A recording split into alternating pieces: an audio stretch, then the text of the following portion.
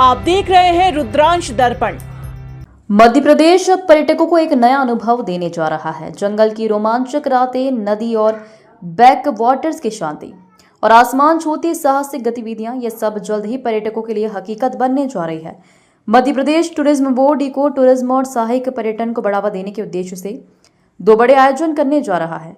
Gandhi Sagar forest retreat का चौथा संस्करण 12 सितंबर 2025 से मंदसौर जिले की गांधी सागर डैम पर और कुनो फॉरेस्ट रिट्रीट का दूसरा संस्करण 5 अक्टूबर 2025 से श्योपुर जिले के कुनो राष्ट्रीय उद्यान के पास आयोजित होगा।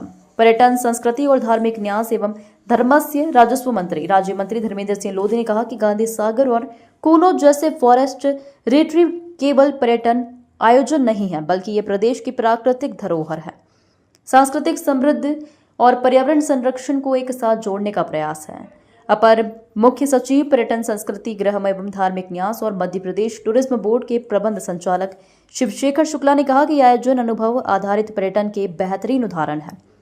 उन्होंने बताया कि मेहमान उच्च स्तरीय ग्लैम्पिंग का आनंद लेंगे और जल, थल व वायु आधारित गतिविधियों जैसे paramotoring, jet ski, high air ballooning, जंगल सफारी, नाइट वॉक और स्टार गेजिंग का रोमांचक अनुभव करेंगे। इसके अलावा all season tent city, boat safari, boat spa, योग एवं वेलनेस सत्र, स्थानीय व्यंजन, हस्तशिल्प प्रदर्शन और सांस्कृतिक प्रस्तुतियां पर्यटकों को प्रदेश की संस्कृति से जोड़ेगी।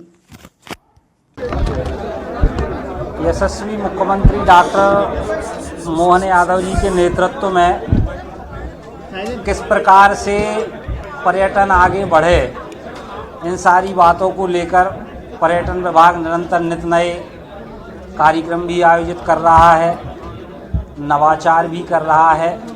उसी के अंतर्गत कुनो का जो फॉरेस्ट फेस्टिवल है और जो फेस्टिवल आयोजित हो रहे हैं, गांधी सागर का फॉरेस्ट फेस्टिवल है, 2 फेस्टिवल अभी आयोजित कर रहे हैं, जिसमें जो माननीय प्रधानमंत्री जी ने कहा है कि देखो अपना देश, और माननीय प्रधानमंत्री जी जो मध्य प्रदेश को लेकर कहते हैं कि एमपी अजब है, एमपी गजब है, तो कुल मिला के मध्य प्रदेश टूरिज्म के क्षेत्र में कैसे आगे बढ़े, उसके लिए निरंतर यशस्वी मुख्यमंत्री डॉक्टर मोहन यादव जी के नेतृत्व में हम सब लोग काम कर रहे हैं। और मुझे लगता है कि आने वाले समय में जिस प्रकार का इन्वेस्टमेंट प्राप्त हो रहा है, वो अपने आप में बताता है कि पर्यटन के क्षेत्र में मध्य प्रदेश नित नई ऊंचाइयों को छू रहा है, नित नई छलांगें भर रहा है।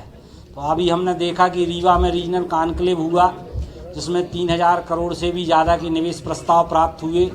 उसके बाद अभी ग्वालियर चंबल का रीजनल कॉन्क्लेव हुआ, जिसमें 3500 करोड़ से भी ज़्यादा के निवेश प्रस्ताव प्राप्त हुए। ये अपने आप में बताता है कि मध्य प्रदेश पर्यटन की दृष्टि से निरंतर आगे बढ़ने वाला प्रदेश है और आने वाले समय में मध्य प्रदेश हर प्रकार के पर्यटन के लिए उपयुक्त स्थान है और सबसे सेफ डेस्टिनेशन के रूप में भी मध्य प्रदेश एक पर्यटन हब बन के उभरा है। और अभी फिल्म पर्यटन के क्षेत्र में भी मध्य प्रदेश ने नई छलांग लगाई है। 400 से भी ज़्यादा फिल्म्स की शूटिंग मध्य प्रदेश में हुई है, ये अपने आप में रिकॉर्ड है। तो कुल मिला के ये है कि मध्य प्रदेश पर्यटन के क्षेत्र में किस प्रकार आगे बढ़े, इसके लिए नई पर्यटन नीति भी लेके हम आए हैं, नई फिल्म पर्यटन नीति भी लेके हम आए हैं। तो कुल मिला के ये कि मध्य प्रदेश निरंतर पर्यटन के क्षेत्र में आगे बढ़ रहा है और यशस्वी मुख्यमंत्री के नेतृत्व में हमारा संकल्प है कि मध्य प्रदेश पर्यटन के क्षेत्र में क्रमांक 1 का प्रदेश बने। इस संकल्प को लेकर हम सब लोग काम कर रहे हैं। ये टूरिज्म एक ऐसा सेक्टर है, आप लोगों की जानकारी के लिए, जो सबसे कम लागत में सबसे ज़्यादा रोजगार प्रोड्यूस करता है। और जो आंकड़े हैं अंतर्राष्ट्रीय और राष्ट्रीय स्तर के जो सिंथेसाइज करके निकाले गए हैं, वो ये कहते हैं प्रति 10 लाख रुपए इन्वेस्टमेंट में 90 लोगों को डायरेक्ट या इनडायरेक्ट रोजगार मिलता है। ठीक है, तो अगर आप इसको आंकड़े को देखें तो आप देखिए 100 करोड़ के इन्वेस्टमेंट पे, जो कि 100 करोड़ का इन्वेस्टमेंट इंडस्ट्री वगैरह के लिए तो कुछ भी नहीं होता, मगर टूरिज्म में 100 करोड़ के इन्वेस्टमेंट में 90,000 से 1 लाख लोगों को रोजगार मिलता है। इतनी बड़ी संख्या में रोजगार चढ़ना रहेंगे। 1 मिनट सुन तो लो यार, मेरी बात है, सुन तो लो यार, थोड़ा ज्ञान भी तो दे दो, ये आपके काम आएगा, इसलिए बता रहे। तो ये जो रोजगार चढ़नी होती है इन्वेस्टमेंट से, ये डायरेक्ट और इनडायरेक्ट दोनों होती है। और कौन लोग को रोजगार मिलता है? कुछ तो स्पेशलाइज्ड लोग होते हैं जो ट्रेंड होते हैं, बाहर से आते हैं, इंस्टीट्यूट से पढ़े हुए वगैरह वगैरह। बाकी अधिकांश इसमें 80-90% होते हैं स्थानीय लोग होते हैं। क्यों होते हैं? कि होटेलियर हों, रिजॉर्ट ओनर हों, एक्सपीरियंस प्रोवाइडर हों, ग्लैम्पिंग साइट।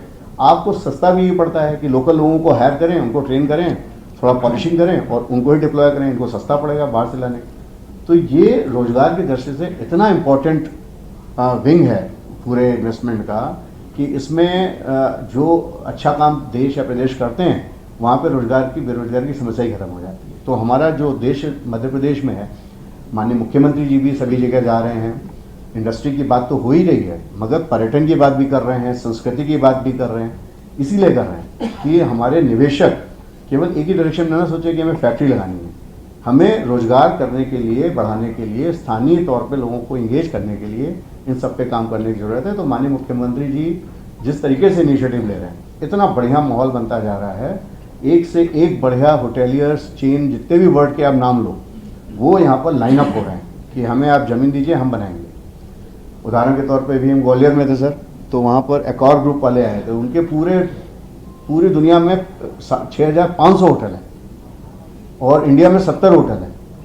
तो वो बोले 2, हमने कहा 2 × 10, आप तो हर चीज़ × 10 ही करते हो। 6500 होटल होना ये कोई छोटी मोटी बात है क्या? तो वो लोग ऐसे आ रहे हैं कि 10 होटल, 20 होटल इस प्रकार से करने की बात कर रहे हैं। तो इनसे बहुत सारी बातें होंगी। हमारे पर्यटन स्थल में सुविधाएं जुटेंगी, अधोसंरचना बनेगी। जब अधोसंरचना होगी तो ज़्यादा पर्यटक आकर्षित होंगे। जब अच्छे होटल चेन्स आएंगे तो वो भी हमारी डेस्टिनेशन को ब्रांडिंग करते हैं अपने स्तर पर।